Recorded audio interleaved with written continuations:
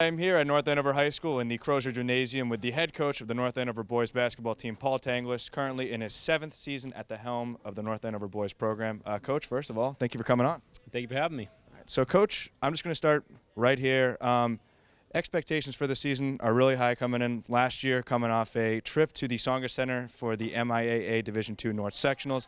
Wasn't the result you wanted, but you are returning some of your key players from last year. So who can we expect this year who was on the team last year to really step up and make an impactful just contribution this year? Well, it's a young team, probably our most inexperienced team. We bring back Kyle Moore. He's been a 4-year varsity guy, and also Jack Moore, and both of our captains. They're really the only 2 guys that have had varsity experience, so we're going to be looking for a lot of guys to fill in spots.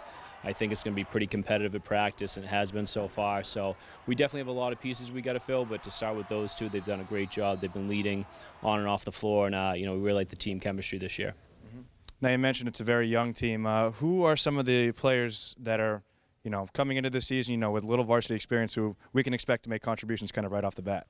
So we're looking for Jake Walensky, Matt Kutz, Jack Castellanos, and then some of the younger guys like Nate Williams, DeAndre King, and also Drew Conley to be stepping in for those roles that we were missing last year.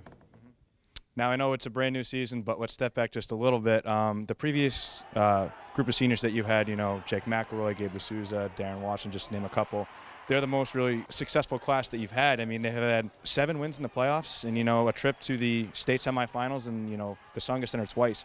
Can you just reflect on what that group of seniors really meant to the program? Yeah, I mean, they left their mark, obviously. We had really 2 great runs, obviously, during the regular season and in the playoffs, and to play at the Songa Arena 2 years in a row was obviously special. So, they've definitely left their mark. I'll probably see a lot of them at the alumni game on Christmas Eve. And, but, this is a new year, and I think that's the great thing about coaching public high school basketball is every year is different, and I know these guys are excited to put their mark on the program as well. Now, we already mentioned before, but this is your 7th season at the helm at North Andover. How's the experience been like so far?